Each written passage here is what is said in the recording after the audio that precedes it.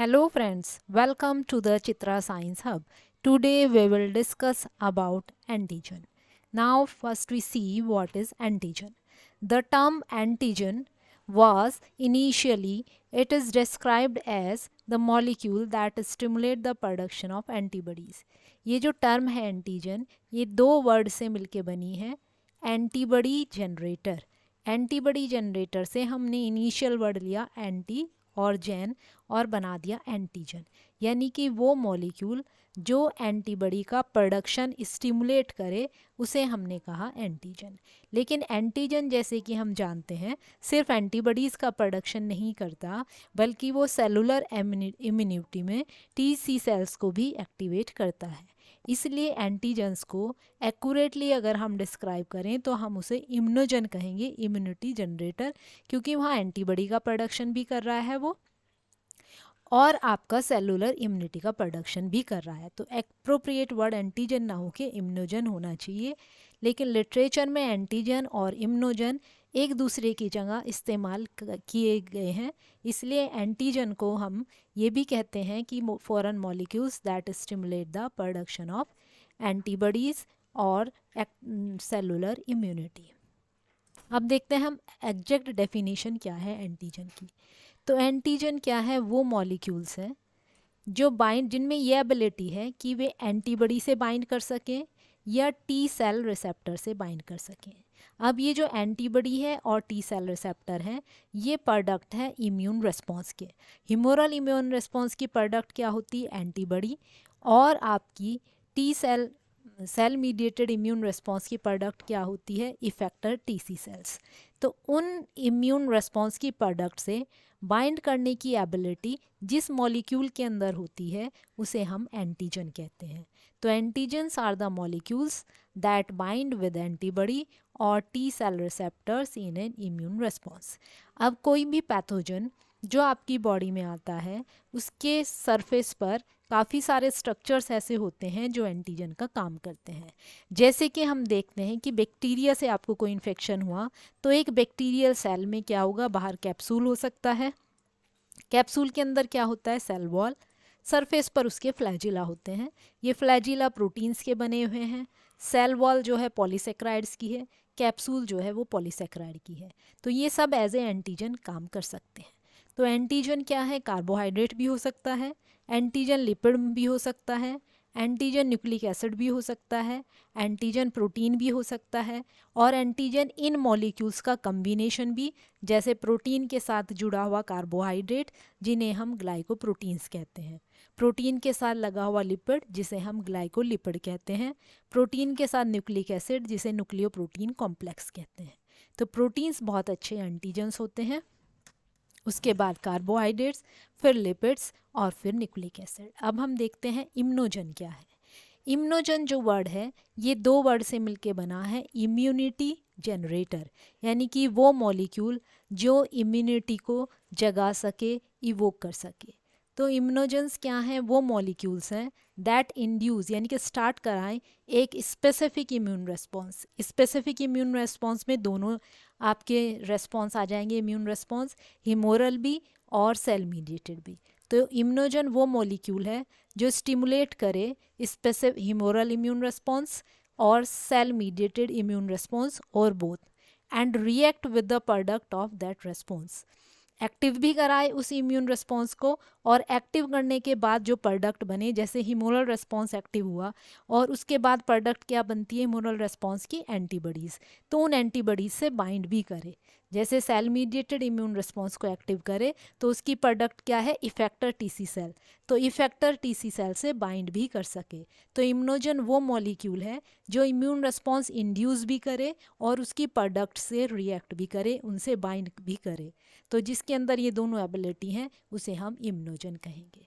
तो तो हम कह सकते हैं कि ऑल इम्यूनोजेंस आर एंटीजन, सारे इम्यूनोजेंस एंटीजन्स होते हैं, लेकिन ऑल एंटीजन्स आर नॉट इम्यूनोजेंस, यानी कि एंटीजन वो मॉलिक्यूल थे जो इम्यून रिस्पॉन्स की प्रोडक्ट से बाइंड कर सकते थे, और इम्यूनोजन वो है जो इम्यून रिस्पॉन्स इंड्यूस भी करे प्लस उनकी प्रोडक्ट से बाइंड भी कर सके।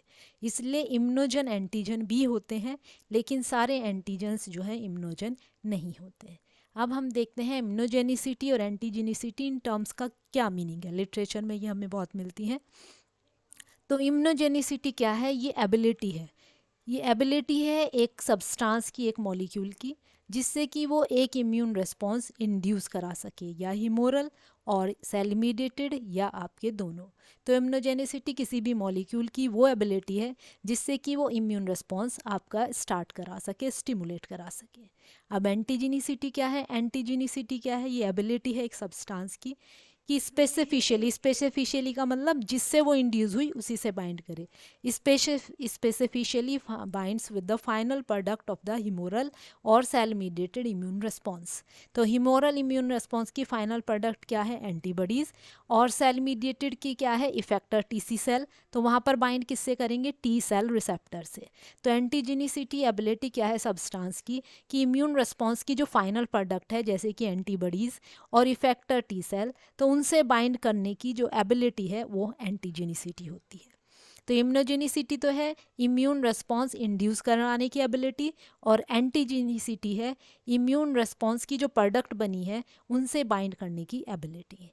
तो हम कह सकते हैं कि all the molecules that have the property of immunogenicity, यानी कि वो मॉलिक्यूल या सब्सटेंस जिसके अंदर इम्यूनोजेनिसिटी की एबिलिटी है, उसके अंदर एंटीजेनिसिटी की एबिलिटी भी होगी। यानी कि जो इम्यून सिस्टम को स्टिमुलेट करने की पावर रखता है वो उसकी प्रोडक्ट से बाइंड करने की एबिलिटी भी रखता है। But reverse is not true. It means for example haptens क्या होते हैं? ये लो मोलिकुलर वेट एंटीजन्स होते हैं जो अपने आप इम्यून रिस्पॉन्स जगा नहीं सकते, लेकिन उसकी प्रोडक्ट से बाइंड कर सकते हैं। तो जिस मॉलिक्यूल के अंदर इम्यूनोजेनिसिटी की एबिलिटी है उसके अंदर एंटीजेनिसिटी भी होगी, लेकिन जो एंटीजन है ज़रूरी नहीं है कि उसके अंदर इम्यूनोजेनिसिटी की आपकी एबिलिटी हो। अब हम देखते हैं एपिटॉप्स क्या होते हैं। एपिटॉप्स को हम एंटीजेनिक डिटर्मिनेंट्स भी कहते हैं। और एपिटॉप्स क्या है? ये एंटीजन पे वो पोर्शन है, वो रीजन है जो कांटेक्ट में आता है एंटीबॉडी के और रिसेप्टर्स ऑफ लिम्फोसाइट्स, जैसे कि आपका टीसीआर, टी सेल रिसेप्टर, और बी सेल रिसेप्टर्स। तो इन्हें हम कहते हैं एपिटॉप। जैसे कि एग्जांपल देखिए, ये एंटीजन है। इस एंटीजन की सरफेस पर 3 एपिटॉप हैं। एक ये रहा एपिटॉप ए, एपिटॉप बी और एपिटॉप सी। तो ये जो एपिटॉप्स हैं, ये एपिटॉप्स वो रीजन है एंटीजन से जो या तो एंटीबॉडी से बाइंड करेंगे या टी सेल रिसेप्टर से बाइंड करेंगे। तो एंटीबॉडी का वो पोर्शन, ये देखिए राइट हैंड साइड में ये जो वाई शेप्ड बना रखी है, ये एंटीबॉडी है। तो एंटीबॉडी का वो पोर्शन जो एंटीजन के एपिटॉप से बाइंड करता है उसे हम पैराटॉप बोलते हैं। और एंटीजन का वो रीजन जो जाके एंटीबॉडी से बाइंड करेगा उसे हमने क्या कहा? एपिटॉप, या हम इन्हें कहते हैं एंटीजेनिक डिटर्मिनेंट्स। तो एपिटॉप्स is that part of antigen which is in contact with the antibody के पैराटॉप रीजन से, और रिसेप्टर ऑफ द लिम्फोसाइट, उसे हम एपिटॉप और एंटीजेनिक डिटर्मिनेंट कहते हैं। अब एपिटॉप जो है वो किसी भी एंटीजन की वैलेंसी डिटरमाइन करता है। अब वैलेंसी क्या है?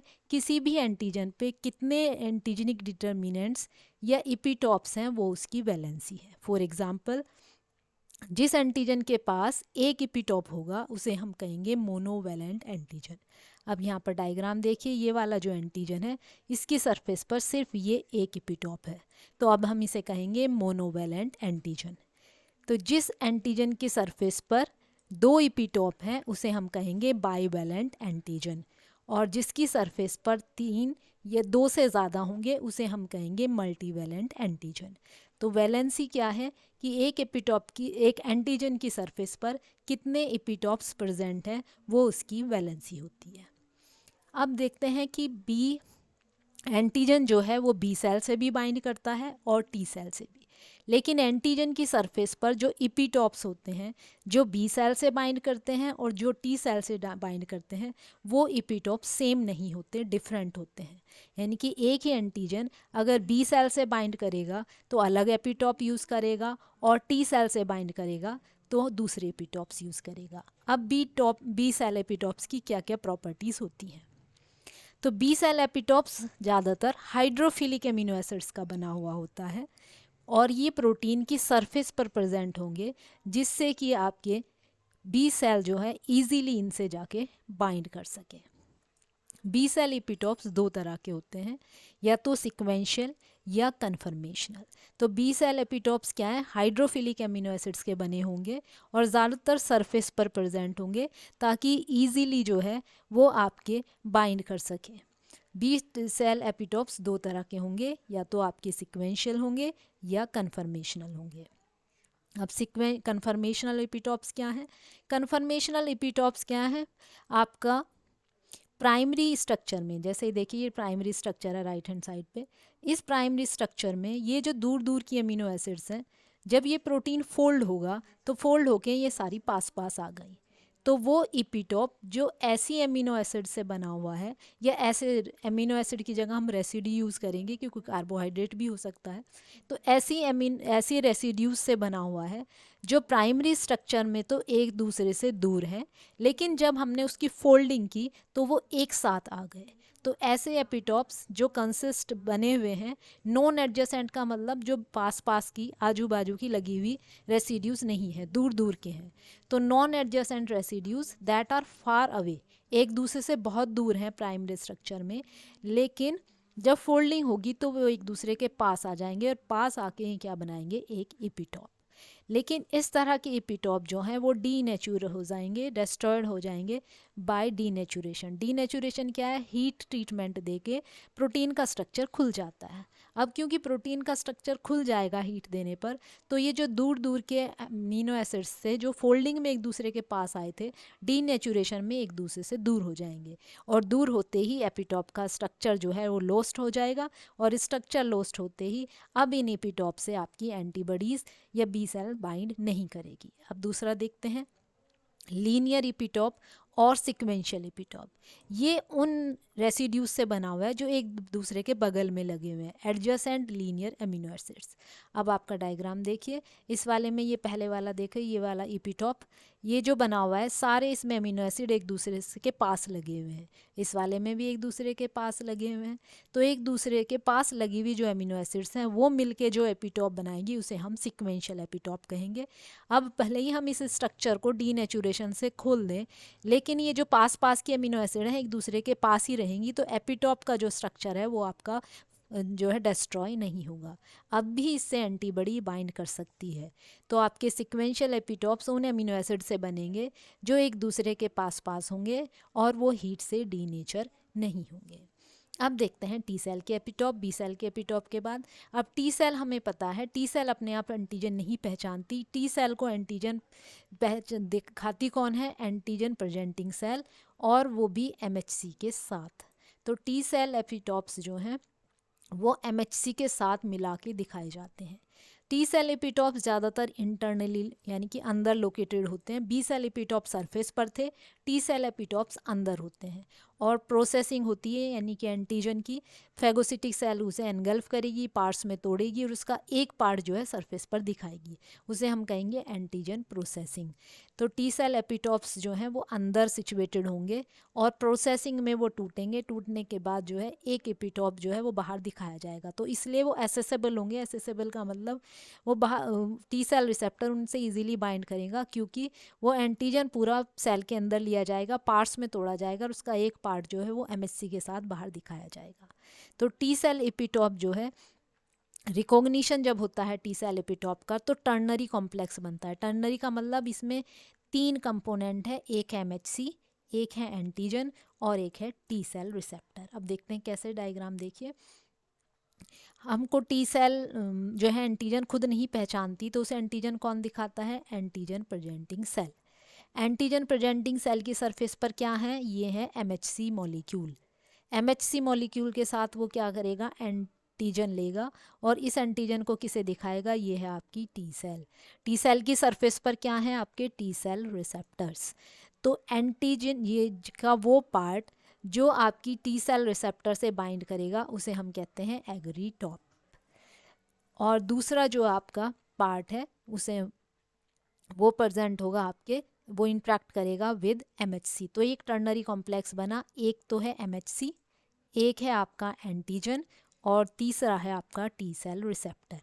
ये जो आपका एंटीजन है ये इन दोनों के बीच में सैंडविच है, टी सेल रिसेप्टर और क्लास सेकंड एमएचसी के। अब हम देखते हैं कितने तरह के एंटीजन्स होते हैं, टाइप्स ऑफ एंटीजन जो हम पढ़ते हैं लिटरेचर में। एक होता है एक्सोजीनस एंटीजन, वो एंटीजन जो होस्ट के अंदर बाहर के सोर्स से आया, चाहे आपकी नोज से आया, ईयर से आया, आपके स्किन के अंदर, स्किन आपकी कट गई उसके थ्रू अंदर आ गया, तो वो एंटीजन जो होस्ट के अंदर बाहर के सोर्स से आ रहा है उसे हम कहेंगे एक्सोजीनस एंटीजन।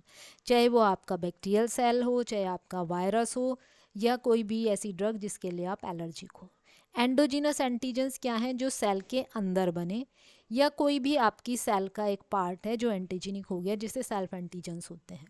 अंदर बनने का मतलब जैसे कि आपकी किसी भी सेल को वायरस ने इन्फेक्ट कर दिया, तो वायरस उस सेल की मशीनरी को ओवरटेक करके अपने प्रोटीन्स बनाएगा, तो वो जो प्रोटीन्स उस सेल के अंदर बनेंगे वो सारे कहे जाएंगे एंडोजीनस एंटीजन। या आपकी कैंसर सेल क्या है? नॉर्मल सेल आपकी कैंसर सेल में चेंज हो गई, तो वो अपने प्रोटीन्स भी चेंज कर लेगी, तो अपनी सरफेस पर जो प्रोटीन्स दिखाएगी वो as a endogenous antigen recognise किए जाएंगे। तो एंडोजीनस एंटीजन्स सेल के अंदर बनेंगे। एक्सोजीनस क्या है? आपके बाहर से होस्ट के अंदर आएंगे। अब ऑटो एंटीजन, ऑटो का मतलब सेल्फ, यानी कि अपनी बॉडी का पार्ट जो एज ए एंटीजन काम करने लगे, जैसे कि हमारी आंखों का कोर्नियल प्रोटीन, कॉर्नियल प्रोटीन, इनसे ऑटो इम्यून डिजीज़ होती है, या आपका स्पम प्रोटीन, ये सब हमारी बॉडी के ही पार्ट हैं, लेकिन ये एंटीजन का काम कर जाते हैं जब ये हमारे सर्कुलेशन में आते हैं, तो हम इन्हें ऑटो एंटीजन्स कहते हैं। एलो एंटीजन्स क्या है? आपकी स्पीशीज सेम है होस्ट की, लेकिन उसका दूसरा मेंबर, एक ही स्पीशीज़ का एक मेंबर से दूसरे मेंबर के अंदर अगर हम प्रोटीन डाल रहे हैं तो वो एंटीजन का काम करेगा, उसे कहेंगे हम allo antigen. Allo means other member of the same species, उसका कोई भी कंपोनेंट एलो एंटीजन की तरह काम करेगा। ये इंपॉर्टेंट होता है ट्रांसप्लांटेशन में, यानी कि जब हम ऑर्गन ट्रांसप्लांट करते हैं या ब्लड ट्रांसफ्यूज़न करते हैं, आरबीसी की सरफेस पर जो एंटीजन्स होते हैं वो एलो एंटीजन्स होते हैं। अब हिट्रो एंटीजन्स क्या है? यहाँ पर क्या था? स्पीशीज सेम थी, मेंबर दूसरा था, यहाँ पर स्पीशीज़ भी अलग है, तो वो एंटीजन्स जो दो अलग अलग स्पीशीज़ से लिए गए हैं उन्हें हम हिट्रो एंटीजन्स कहते हैं। एक स्पीशीज़ से हमने एंटीजन लिया और वो दूसरे स्पीशीज़ के अंदर डाल दिया, जैसे हमने रैबिट से लिया ह्यूमन्स के अंदर डाल दिया, आपका काऊ से लिया रैबिट के अंदर डाल दिया, तो वो कहा जाएगा हिट्रो एंटीजन। अब देखते हैं टी डिपेंडेंट एंटीजन क्या होते हैं और टी इंडिपेंडेंट एंटीजन क्या होते हैं। टी डिपेंडेंट जैसे हमें पता चल रहा है, ये एंटीजन्स वो एंटीजन्स हैं जो डायरेक्टली जो है ह्यूमोरल रेस्पॉन्स में एंटीबॉडी प्रोडक्शन स्टिमुलेट नहीं कर सकते जब तक कि टी हेल्पर टी सेल से साइटोकाइंस रिलीज ना हो। तो T helper cell cytokine release करेगा, तब humoral response humoral response stimulate होगा। तो ये वो एंटीजन है जो अपने आप में एबिलिटी नहीं रखते कि हीमोलर रेस्पॉन्स को एक्टिवेट कर सकें, उन्हें हम टी सेल डिपेंडेंट एंटीजन्स कहते हैं। अब टी सेल इंडिपेंडेंट एंटीजन्स क्या होते हैं? वो एंटीजन्स होते हैं जो अपने आप अकेले डायरेक्टली बी सेल को स्टिमुलेट करके एंटीबॉडी का प्रोडक्शन करा सकें, वो टी सेल की हेल्प पर डिपेंडेंट नहीं है। टी हेल्पर सेल अगर नहीं है तो भी वो बी सेल से एंटीबॉडी का प्रोडक्शन करा सकते हैं, उन्हें हम कहते हैं T cell independent antigens. This is all about antigen. Thank you.